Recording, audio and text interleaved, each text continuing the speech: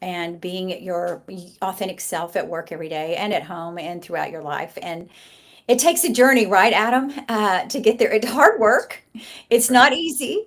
But I would love for you to share, Adam, your story. You come from corporate life and then have built a really unique community. And I want to get into that today and have you share that with our audience today. So, welcome to Dominate Your Day. And thank you for being here. Yeah, thanks, Dana. Excited to be here. Looking Yeah. forward to it. Yeah. So, tell us, you were at American Express, I guess, for years, executive.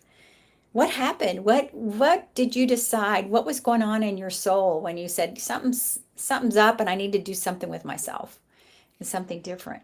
Yeah, I mean, I think for me, the journey with American Express, which was an awesome one because great company. I kind of grew up there. I Hmm. started there around 27 years old, but on it, quite frankly, the journey that eventually I think unveiled itself with me there, as I was climbing up from individual contributor roles into leadership roles, was that I really never wanted to be there. So Mm. that was something I actually was, no offense to anyone in these lanes because I've been in Yeah. them, but that I did not want to do corporate stuff. I kind of knew that about myself in Hmm. my college years. So my only goals coming out of college, I always joke, was that I didn't want to do what my dad did growing up. I did not want to be somebody climbing a corporate ladder as much as I admire him and others that do. Hmm. That just didn't feel like me. And like life often does, you go through some twists and your turns, and sometimes you end up in places you said you would never be. And that's actually what happened. And then I enjoyed it. I found that once I got in there, my entrepreneurial spirit, which is I think the thing that made me a little bit timid about going down a corporate path. I'm an only child. I've been moving my whole life, so I'm in parts of me I'm a little bit of a lone wolf. So kind of fitting under a big corporate umbrella didn't Hmm. seem like that was going to be natural. There are companies like Amex, though, and there are roles within these companies that you can find your stride and really balance being an entrepreneurial spirit at your core and being able to fit within the confines of a corporate mission as well. Hmm. And I think that was a harmony I was able to find for a good amount of my time there that I did enjoy, and I definitely Hmm. grew because of all the smart people that I interacted with internally, plus that we got to interact with, in revenue positions with all the cool, smart, interesting Hmm. customer bases that Amex has. But one day I pick up a book in the airport and it's random and it's kind of jumping out at me in the kiosks as a number one New York Times bestseller for about 2 years straight, called Positive Intelligence. And Hmm. I go from being a guy that never picked up a book in the airport to buying it one day. And it's kind of one of those moments you wonder, like, why did that happen? But I did. Hmm. I thought it was just going to be a good read because it was an extensive amount of neuroscience and positive psychology research with 500,000 people across 50 countries out of Stanford around how all of us as imperfect people do things on a routine basis when we're in stress and adversity and change, and all, which is kind of every day as we're Yeah, older, that absolutely. are very subconscious and automatic and are psychologically soothing mechanisms we've been doing since we were kids. And they work because they do get you through it. You survive your hard Hmm. stuff growing up and in life, but Hmm. they also, if you can zoom out, have a lot of collateral damage and they inhibit what our peak potential is in productivity angles, relationships, maybe most importantly, our happiness and fulfillment. So, I mean, picking up the book that day when I was a director at Amex and randomly reading it, and it was so gripping, it was so accurate, uncomfortably for me, because it spoke to all the things I've struggled with underlyingly my entire life since my earliest memories. And that's kind of where the journey started to take a sidestep, I guess, Hmm. because I felt compelled to reach out to the author. Again, something I never did before or after. Hmm. I was able to get a hold of him and I cold called him and we have a meeting. And he was a lecturer at Stanford on this subject back then. He was the CEO of the largest executive coach training company in the world called CTI. And and we had an amazing first meeting, 2 hour Zoom, where we just totally connected. And I told him I wish I had this stuff as an athlete growing up because I was always in my own head in high pressure moments and I knew it and I wanted to be better. And all I would get was no shit advice from everybody, right? Hmm. Focus on what you can control, shake it off, keep your head up. Of course, I knew that, right? That's Hmm. why, it was annoying to honestly hear that kind of advice in those kinds of moments. And I Mm-hmm. wanted to be better about those, but I didn't have an operational structure to improve on. And now I was in a blue chip atmosphere with all the best in class training, coaching, development tools in the world, but we did not talk about anything like this. This was, root level behavioral dynamics of human beings and where they begin and how hard it is to change them. So he invited me into a journey with a group of executives that was transformational, unlike anything I'd ever experienced. There's nothing I did in my educational upbringing or anything I got in a commercial setting, training or development wise, that even comes close to the introspective work and personal and professional implication that this stuff did. And that took me on that. So anyhow, there's my prelude into kind of awesome run in Amex, but started to take a little bit of a pivot. That's so interesting. So most people, when you're like the second person I've heard that's told a story like this that went back and changed. Roy from GSM there in Austin, who was our ad agency at Southwest, he read a book. I think it was called Built to Last. He Ah, read it on yeah. a plane, got off the plane, did the same thing, called the author, Really? changed everything. If you go into the headquarters of GSM today, you'll see, and their That's so their cool. purpose is right there from that book, right? So Right. there's those moments that just happen in our life, like what you're describing, and you didn't know why, but you just picked up the phone and called him, and then had this amazing Right. conversation, and then he's got you into this group. Yep. Fast forward today, you've left American Express. Yep. You now are running your own community. Is that correct? Like, tell us Yeah, I about mean it is. I mean it was well this decision for crew for this executive community was is kind of a third piece of that because the work I did with him was great, but I was still 7 years that I stayed there at Amex that. after that Mhm. because I thought I might never leave. Sure. Then I finally made the jump to work with him because he and I both kind of felt that moment where now was the time to figure it out, and he was ready to scale, and he had an app platform, and then he was enterprise wide at Procter and Gamble, and I So, was so that was pretty 7 years that y'all were together before seven you. years of friendship, Oh, nothing but wow. friendship and authentic connection. So, and it's important. These are important details for me because so much of what I've I've bought into personally and tried to create a vision around for crew, this authentic executive networking community, comes from the personal experiences that I had, right? Because Mhm. the random association, to your point, right, of reaching out to somebody that arguably you have Yeah. no business connecting to or that Mhm. is not in your arena or lane. Mhm. Nurturing a relationship with nothing being initially reciprocated other than back and forth kind of connection and Mhm. support for 7 years. Then eventually, yes, an idea and a business like concept emerged for both of us where we joined together. And then I leave and I go to work with him in a bootstrap startup setting and made that tough decision to leave all that hard-earned equity on the table with Amex. Um, but even after a year after that, because COVID hit right 6 months into my Oh my decision, so gosh. perfect timing as Oh, always. yeah. And that I pivoted a year after my move with him because of his coaching. So the power of coaching hit me again. He had Mhm. to coach me to leave, first of all, because Mhm. I don't know that I would have done it without really Mhm. powerful external perspective, views, and advice to get me to think outside of Mhm. my own head. And then once I was a year into working with him and had made this major life pivot and decision, iteration, right? The ability to like know that, well, what I did a year ago, maybe this isn't what I'm going to do. Maybe I'm going to do something a little different with this decision. And Mhm. that was through his coaching and advice too. So then I go off on my own we'd created an executive coaching model on the back of the research that he had initially, revealed through his best-selling book. And we created these credentials that coaches could use. And I was one of the first coaches to go off Mhm. and showcase this new, very unique coaching platform. And I Mhm. did that through the COVID years. So I did it for 4 to 5 years. And it was in that journey, that coaching journey, so kind of the second pivot after leaving Amex, where I started connecting the need for peer-to-peer ecosystems and unconditional and consistent support.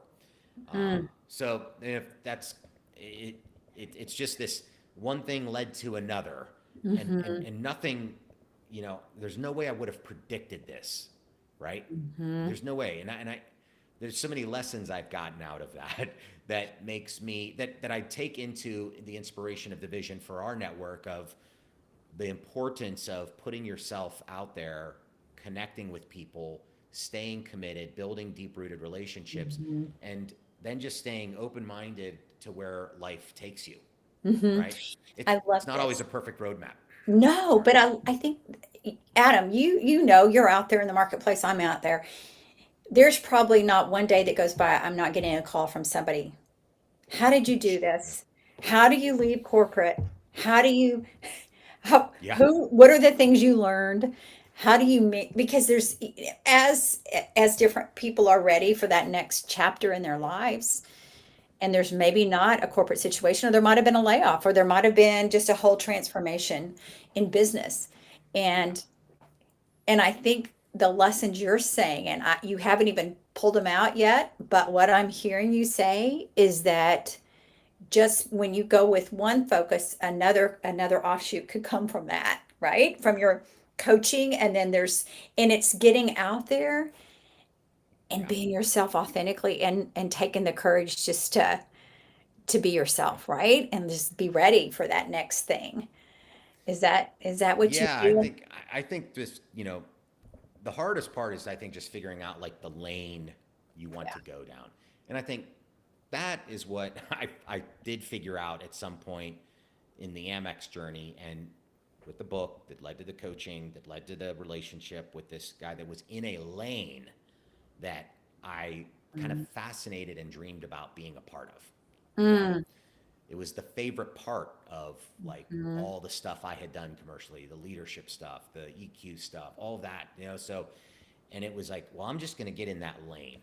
Mhm. Sometimes you just got to go down the lane. You don't know exactly Right. where it's going. You just know, I know there's good mountains down in the distance here. Mhm. Which Mhm. one I'm going to end up going up, that you don't always know. And I did not necessarily know, but I was like, but this was the next best thing that was at least much further down that deep root lane of things I love and was passionate about. And yeah, staying curious, staying open minded, Mm. paying attention to the signs and the people that drop into your life. I don't think creativity and innovation to me has always been dot connecting. I think the Mhm. majority of people, there's a few people that are like they build something from literal scratch, Mhm. and those people are absolute geniuses that we look up to for generations. But the average person, which that's probably what I would call myself, Mhm.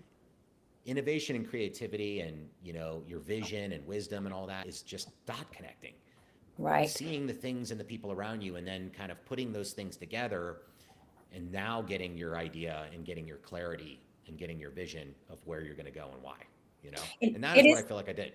and it is a brave step, because you don't. There's so much unknown.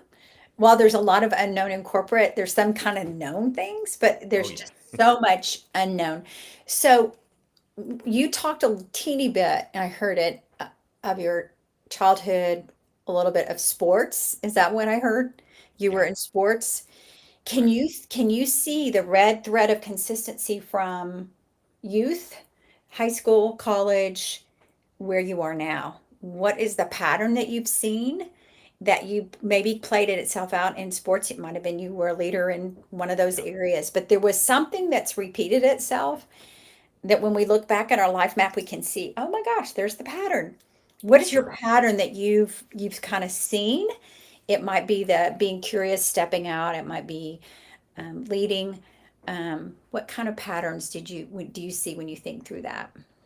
Well, the non-dysfunctional pattern, because I have a lot of dysfunctional patterns that I could definitely trace back to my Yeah, earliest like little league sure. memories. But the positive pattern that I know happened was, as somebody that was very introverted, very shy, and an only child moving all the time across the country and stuff, the leading people, inspiring others through sports and through right Mhm. group stuff that we would Team. do together and team stuff was kind of how I found my voice and how I gained my confidence Mhm.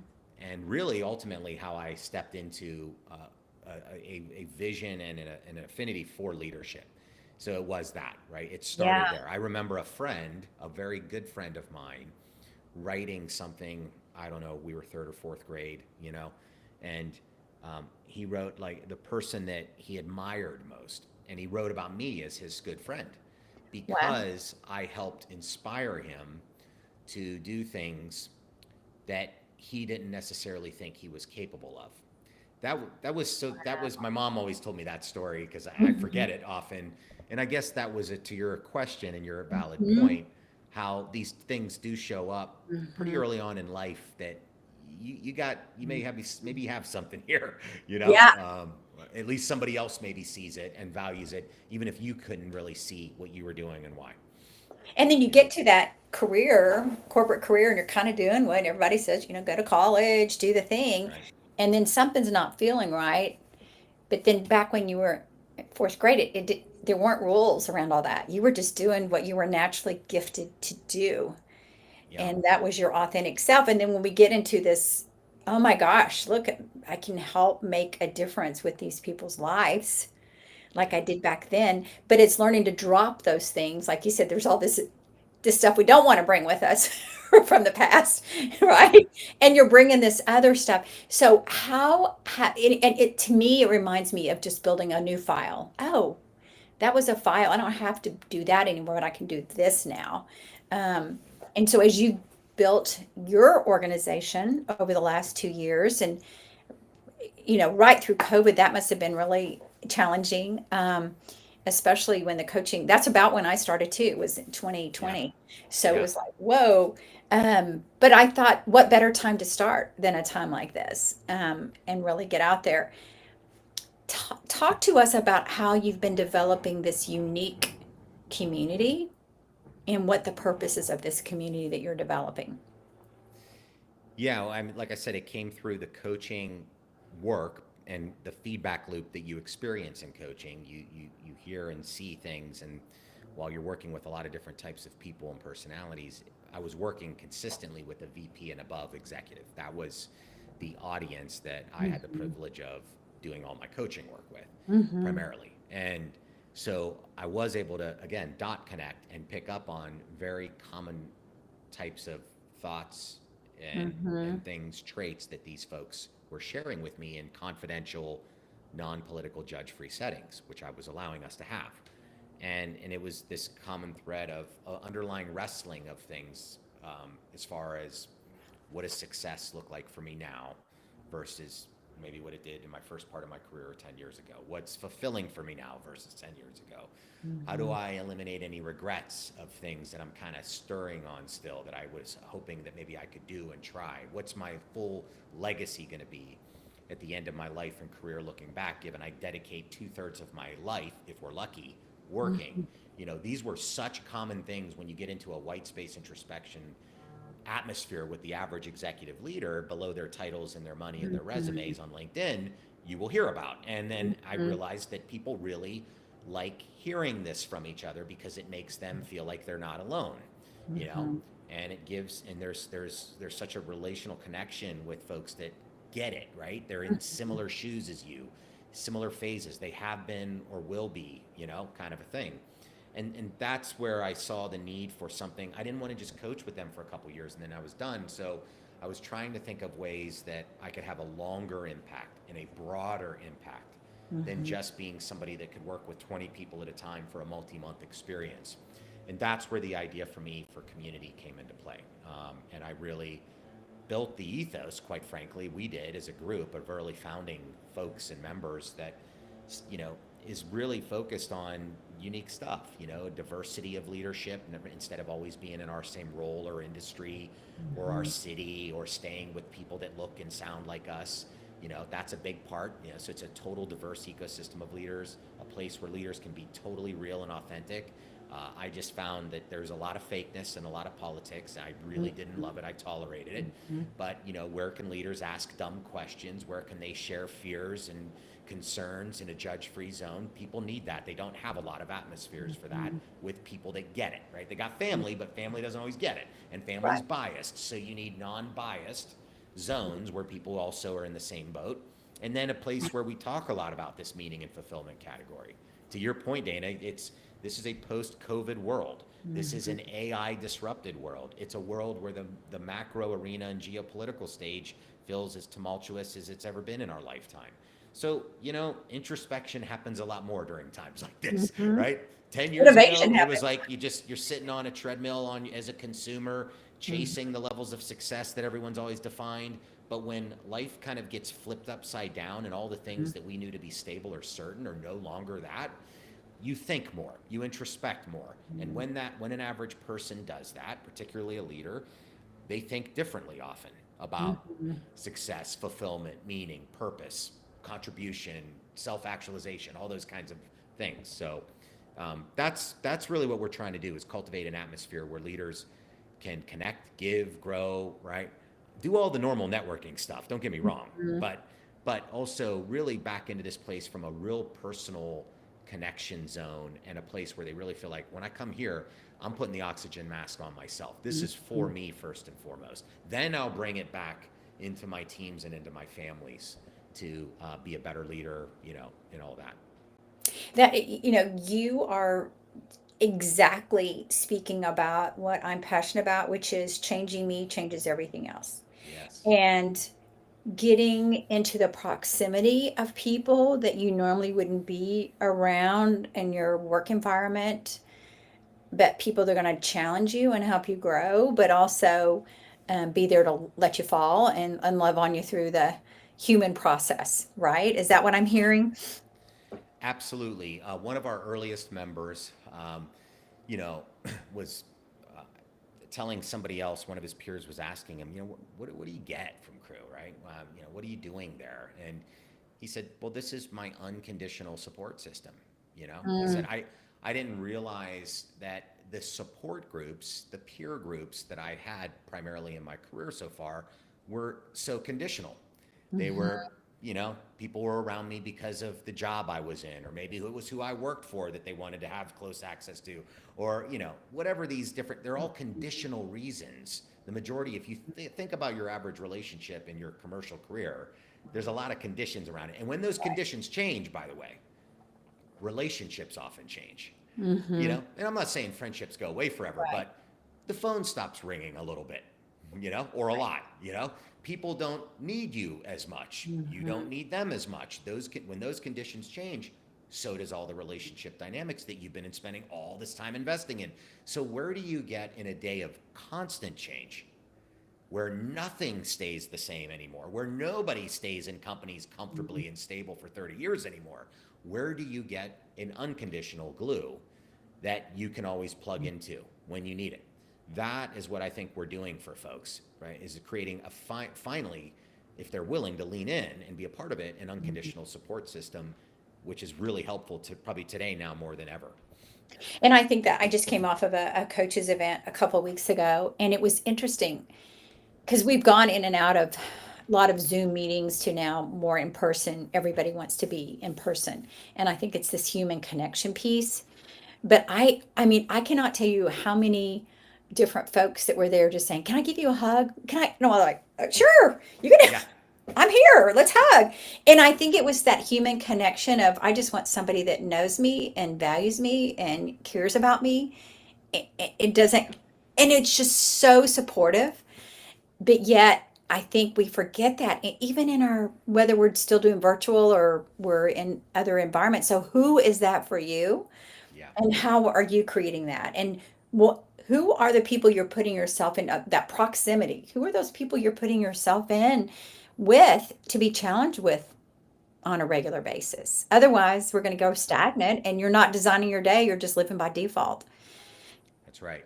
And it's a busy world and it's a noisy world. And so you're gonna probably find that days and years and decades blow by and authentic connection and deeper relationships become fewer and further between. It's a little bit of the challenge of the world we're living in, where our heads are down and we're in tunnel Yeah. vision a lot more than we were 20 or 30 years ago. And this is a thing that people, when they pop their heads up, when they lose their job, when Mm-hmm. things like COVID or macro environment news is real unsettling or uncertain, that's when we tend to notice this. But Mm-hmm. it's very easy to catch yourself, again, down, missing it, quite frankly, staying on a treadmill until you need it.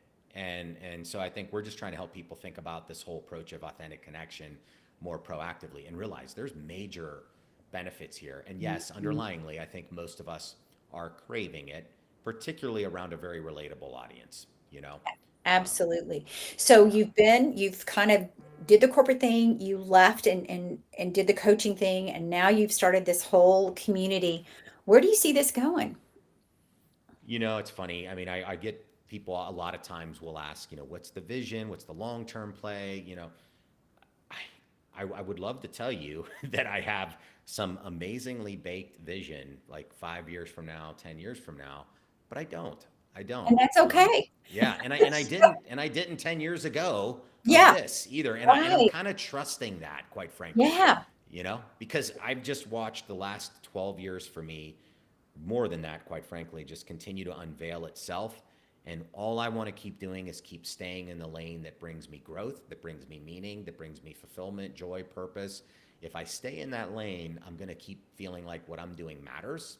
Hmm. I'm probably going to be somebody that is hopefully impactful to others and, Hmm. right, has a positive, interaction kind of thing for everyone, and it'll figure itself out. And you know, And that's that's kind of my goal. no, but that's the permission slip is you don't have to have it figured out. Yeah. It's just get in where your passion is and your giftedness is and your talents and trust the faith that you've got and get yourself in the right kind of people and community. So as we get ready to close out, can you tell the group about what your community is called and kind of what the purpose is as we get ready, and then if they're interested in learning more about it? Yeah, it's pretty simple. It's called Crew, um, which was a name I came up with over coffee randomly one day when I wanted a really good name that really embodied what I was envisioning of this authentic, unconditional connection zone for leaders. And I think it does that fairly well. So Crew is the name, crewexec.com. Crewexec.com is our website. And we're very active on LinkedIn. So we got a, small but mighty, kind of deal that we do together and flywheel with each other support wise on the LinkedIn platform, where most of our obviously audience sits and watches at least. And we're for anybody that's kind of a VP and above, generally speaking, leader, 12 to 15 years in a career zone of as an executive lane, and really, we're open to all roles and industries, all company types. We really want an eclectic, diverse community atmosphere. We've got a good blend of all kinds of industries, all kinds of role charters, startup folks, Mhm. enterprise folks. We're almost half women to men, so the Mhm. ratio is improving through the day. So diversity model, it's also a personal and professional blend, support atmosphere. Really want leaders to feel like, again, this is my time, my place with the right relatable audience where I can talk Mhm. about anything, personally or professionally. We're all trying to do everything well, and most of us are not able to do everything well. We have a leaky bucket, and we get to talk through that. We open up about that. We're Mhm. vulnerable and open. And what's great is that's how we cultivate true community, because when you hear about not just the good of everyone, you connect with them, you Mhm. relate, you support, and there's Mhm. emotional bonding that happens. So we see acceleration of trust and friendships going on in here. And that's a real network, by the way, right? Folks you Mhm. know, like, and Absolutely. trust. And then the other piece is we're very focused on meaning and fulfillment, not just titles and money. Yeah, if you have an ethos that's focused on titles and money, you're going to Mhm. be steering people down a wrong lane, in my opinion. Good And point. I, and I Good feel point. strongly about that. And I, Me I, too. I want everyone to make money. Okay, we're not an Mhm. anti-money, anti-title organization. We want to help people get to big jobs. We want to help people maximize their commissions and knock down operational roadblocks. But I'm more interested in if what they're doing actually is something they enjoy, and if they find meaning and purpose, and if it's eliminating things that they might regret down the road. Because if it's not, it's all in vain. Mhm. Because that's what was happening for me. I was going to keep climbing. I was going to keep making money. I was going to keep trying to win awards and getting promoted. But I was not going to be down a lane for me that was happy and fulfilled. And that was not going to be success, no matter what it looked like on paper. That was going to be the biggest failure of my life, Mhm. because I would have been misleading myself and ultimately others by Mhm. not living a life true to myself. So this isn't about meaning you got to leave corporate, because, like I said, I think I don't know that I should have ever done it, right? Yeah. I'm glad I did, but it's about just knowing when to move, knowing when to pivot, knowing how to approach your version of success, defining it on your own. Like, these are the kinds of things that we really give leaders white space to think about and figure out in a day of constant change and movement, of course, where Mm. you're going to have to keep redefining Right. yourself. and success because the world's going to force you to. You're not going to get to just stay Mhm. comfy and stable for 30 years. Those days are gone. Right. So anyhow, it's a community for folks that might be interested in things like that. And I'm an introvert, so it's definitely, I think, an introvert that can be an extrovert when I'm in the right room. And I think Absolutely. it's a room that plays to the extroverts and the introverts. And we do a ton of stuff virtually. We do a lot of great stuff in person.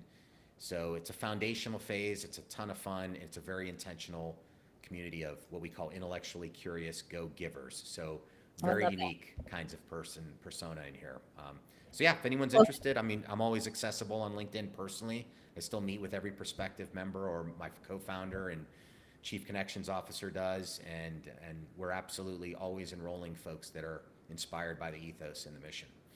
I love it. I love it how mission driven it is. And I love that you're in your core authentic purpose that it doesn't matter what's next because you're following that purpose.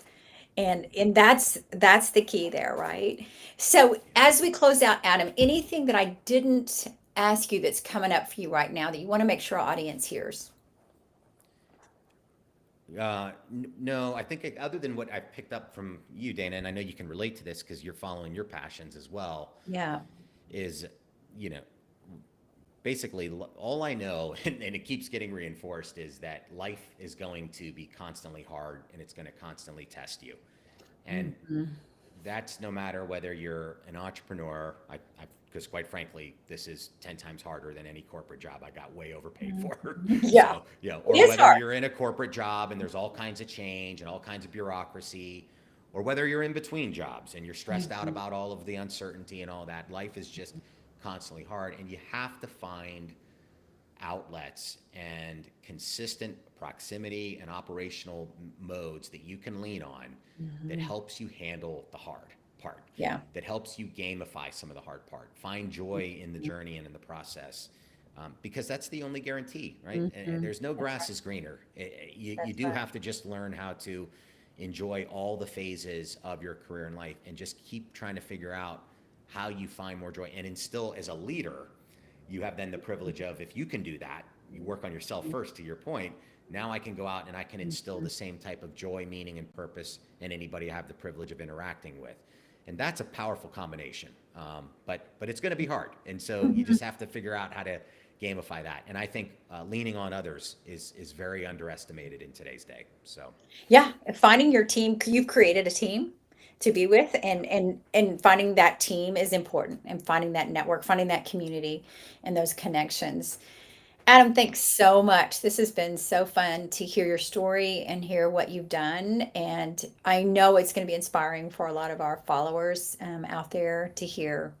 Even an introvert can That's right. develop a network. That's right. And Even you're introvert. one of my other guests, Rachel Simon from AT&T. She did introvert, right? But Yep. she's built a program on how you can network in your organization. And so it's the same thing. It doesn't matter if you're introvert or extrovert. It's just seeing the need, feeling it, but going with your passion. So, and your Yes. authentic self. So we appreciate you, Adam. Thanks for being on Dominate Your Day. It was so great to hear your story. Can't wait to hear more about it in the future. So Thanks, Dana. thank It was you. awesome. Thank you for the chat. Sure.